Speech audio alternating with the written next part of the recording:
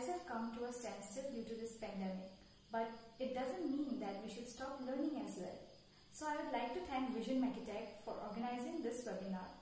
I'm a junior research scholar, and today I'm going to talk you through the different career choices that you'll get after choosing biology in the +2 level, and I'll also talk you through the various other career options that you have. And for other streams as well, there is something in biology which everyone can pursue. So, you took biology in +2 level aspiring to be a doctor like many others. But what if you could not crack the exam? Is your career in biology over then and there? No, definitely not. There is so much more to biology that you can do. After your HS, you can go for the various paramedic courses that are being available. You can go for DMLT, you can go for nursing, you can go for physiotherapy, and many such branches are available. But if you choose to go for bachelor's in a science degree, which is BSc, it might be any of the science subjects like zoology, botany, physics, chemistry. But here particularly, I'll be talking about applied science approach since I am from that background. One good thing about doing BSc in zoology is that this route is not very rigid, because if you do your bachelor's in one subject, you can still do your master's in another interdisciplinary subject, and that way you will have a plethora of knowledge in a wide variety of subjects. Like if you do your BSc zoology or BSc in botany, you can still do your master's in biotechnology or microbiology. So you choose to do BSc in one subject and then you can do your master's in another subject. But what if you don't want to go for your master degree after BSc? Because I have heard from many of my peers and many other students that they don't want to go for a MSc degree after BSc. Some of them wants to do a job, some of them wants to do something else in industrial arena. So what to do after BSc? So what my teachers have told me over the years, and over the years I have even seen that, is that after BSc, if you don't want to go for MSc, you can go for a B.Ed degree, a Bachelor of Education, and you can become a teacher in a school. If you want to still gain skills, so you can go for postgraduate diploma courses that are available. There is a wide variety of courses that are being available on clinical trials, clinical research, patent management. So this patent management division is also very important, because nowadays we know how important intellectual property rights are. Right, you invent something, you need to protect it, because intellect is also a property just like other physical properties. So the division of patent management is also very important in that case. So you can still have a career in biology without doing a master's degree in that scenario. As far as jobs are concerned, after BSc, you can apply for the other general line jobs that all other streams can apply for. But if you want to be specific that you want a biology based job after bachelor's, let me be very honest here, there are not very much opportunities that are being available. Like you can still get a job, but the salary that they will provide you, especially the private ones, it's not that much as expected after a master degree. If you choose to go for a job after your bachelor's, you'll have to gain experience of few years so that you get a pay rise. So it's better to go for industrial jobs after a master degree or even a PhD degree. Then you will get better salary package, and then you will also have enhanced skills too. So the basic idea is that you need to gain skills to enter the industrial arena. So now suppose you choose to go for the master degree. So you did your BSc in some basic science degree like botany or zoology, and then in masters you opt for biotechnology or microbiology. So after your master's degree, then also you will have two special routes. One is obviously academic and the second is the industrial route. For the academic route, even after masters, the road is quite long, because you will have to do your PhD and then postdoc, and it takes around 5 years for PhD, 2 more years for postdoc, around 7 to 8 years it will take. And then you can apply for the post of lecturer. But for that also, you need to clear the exams like CSIR NET or SLET for the state level. I've also been asked by many of my juniors that how to get admission in master degree. So if you want to get admission in master's degree in any central university or state university, particularly I'll be talking about central university since I did my master's from a central university, you need to crack a national entrance exam There are many exams conducted separately by many central universities, and there is also a common exam called CUCET, which is the common entrance exam for many central universities, around 8, nowadays I think it's 10. So you can apply for that, you can apply individually for every central university. You need to appear for an entrance test, and even in some universities, after the entrance you need to appear for a personal interview. So you did your masters. Now what? As I told before, there are two routes, academic and industrial. So for the academic route, after master degree, you need to give CSIR NET, GET, or ICMR, or ICAR, or SLED. And you need to try to gain a fellowship for your PhD, because in that way it becomes a lot more easier. And even if it does not happen, like what to do between the period of passing your master degree and going for a PhD. Like, let us be very clear, it's not very easy to crack CSIR NET in the first attempt itself. It might take you some time. It's obviously doable, but it might take some time. So what to do during that phase? So you should try to utilize that phase as far as possible, because that way you will gain the skills, and when you appear for interview, it will be much easier for you.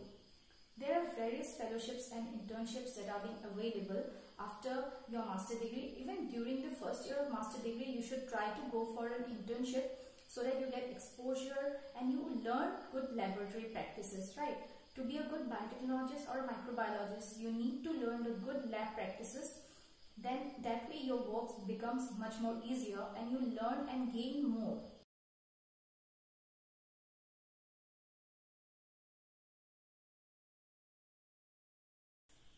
So the most prestigious fellowship for master degree students is the Indian Academy of Sciences Fellowship, which is the IIS Summer Research Fellowship Program. You can apply for that, and if you get chosen, you will be able to work in a very good laboratory across India, and you will get your lab supervisor too, and you can work on a project for 2 months. That's quite fruitful for you. If you want to go for a more industrial approach, you can apply for internship at BCIL, the Biotech Consortium of India Limited.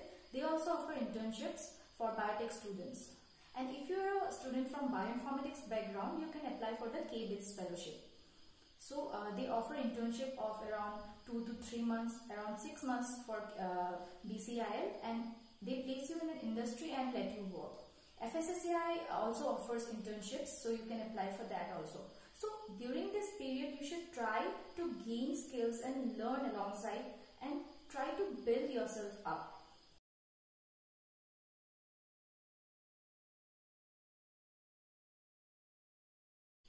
So after master degree, as I told before, there are two routes. So for the second route, the industrial route, there are two more options. Like, you can go for private jobs, you can go for government jobs. The government jobs offer a very high salary, but they are tough to crack as a whole because there are so many applicants for a single post, right? But if you try hard, you'll surely be able to crack them. And as far as the private jobs are compared, like, the salary is lower as compared to government, because with experience the salary increases, but it's still much more as compared to after bachelor's. Like, after master degree, if you go for a private job, you will be offered a better salary package. And then if you want to be a postgraduate teacher, you can obviously do your B.Ed after your master degree. It's all up to you what you want to do in your career. Like, it's solely your journey. No one else should be able to influence your journey. There are so many people who would comment on so many things, but it all depends on you. Your morale should never be down, and you should always focus and try to take the path that you feel you will do your best in. So you can go for the pharma industries. You can also, the bioinformatics students can also go for many other jobs that are being available for bioinformatics specialists. Thermo Fisher offers many jobs. Then there is Cryogen that offers jobs. Agilent Technology is also a very good recruiter for bioinformatics students. So there is a wide plethora of jobs that are being available if you try hard. But the prime thing is that you should be able to gain your skills during your masters. Like, while doing master degree, I have seen many students, I have seen my peers also. Like, if you want to do something after your masters, you need to focus very hard during your master's days. Like, it's not a cup of tea. Nowadays, the semester system has made everything so easy. But then you need to have your focus in it. You need to prepare yourself for the next phase that comes. because after master degree you're facing the real world. There is going to be so much of competition, so you need to gain skills as much as possible. And also I'd like to focus on one thing here, is that a reading habit should be inculcated at a very early age, like from bachelor's if possible, and even during masters this should be a habit, like to read good journals, to read good mini review papers, to read good book chapters, because after this you have to go into that arena. Like if you choose to go for the academic line, you need to have this habit for reading papers, for reading journals, for reading good book chapters, and you need to have a writing style too. You need to have a proper command over your language. So alongside your academics or the basic subject that you are reading, you also need to have a good command over your language, over the style that you write with. And alongside that, IT skills are also very important nowadays. So what I feel is that if you have good bioinformatics skills alongside your normal subjects that you are pursuing, you will have a lot more grasp on your work that you do, because to analyze the various outcomes that you get after your experiments, you will be able to analyze them better with bioinformatics tools, right? There are so many tools available. So a good sound knowledge of bioinformatics is also very crucial for your development and career growth as well. So you need to try to gain that in your future. Now, I also know that not everyone will be interested in a career in academic line, right? So if you want to go for a totally different area, or not even totally different but still be connected to biology but diverge a little, you might want to go for an MBA, right? But if you want to go for an MBA, I'd like to advise that you should go after BSc and not do MSc, because it doesn't make that much of a sense. Like, okay, so if you want to do MBA, you can go after BSc, you can do your MBA, and then you can have your own startups. You can also do job in a company that deals with biology, like Biocon is a very good recruiter. And after your MSc, if you choose to go for the academic route, you'll have to do your PhD and then your postdoc, and then you can join as a lecturer in a college, and then through promotion you will be promoted upwards. So in the end, I'd like to sum up by saying that you need to gain skills to have better career growth, and in every phase in your career there is a divergent way, right? After BSc you can still do something else, not do MSc. After MSc you can still do something else, not go for PhD. It all solely depends on your choice, right? So you need to have a clear cut idea in your head, like what route you want to take, and are you good in that route? Are you going to work hard in that route? It all depends on that. So I'd like to tell you all to utilize this time during this pandemic in a positive way, gain your skills, because there are so many online platforms available nowadays. You can read from your home, you can go for the NPTEL courses that are being available, right? You all must have heard about NPTEL, and they offer such a plethora of courses. It does not depend from which background you are. Even if you are an engineer, you can still study a biology course and get a certificate after giving an exam. And moreover, I'd like to say that today technology has advanced so much that even if you study a certain subject, you can still work on something else. Like if you're an electrical engineer, you can work in the field of biomedical technology, right? There's so much. You can help in making biosensors, you can help the biologists, because we are biologists, we deal with biology, and you are the electrical or electronic engineers, and you can help us build the sensors for pollution control. It might be for anything else. Okay, biomedical technology field is also growing so much nowadays, and so I'd like to say in the end that you should take up online courses during this pandemic period, because this is the best way to utilize your time. And you can also take online bioinformatics courses on Codecademy. You can learn so much. You can learn Python, you can learn C++, because it will all be helpful in your career. Learning never goes in vain. We all know that, right? So learning is growing, and you need to grow in your career, and you need to have a plethora of knowledge, because we know even if we are enjoying our pandemic days, staying at home, lazing around, there is another student who's working hard to get into something. So we should always know that there is no end of learning. I'm still learning, and we all should never stop learning. I would also like to give out a message, like you need to follow the guidelines given by WHO during this pandemic. You should definitely not step out of your home without wearing a face mask.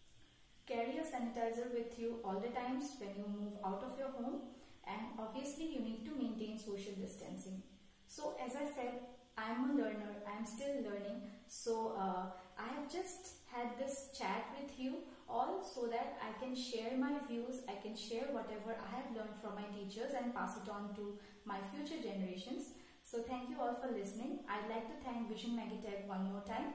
Thank you so much for giving me this opportunity, and you can drop your queries below, and thank you so much.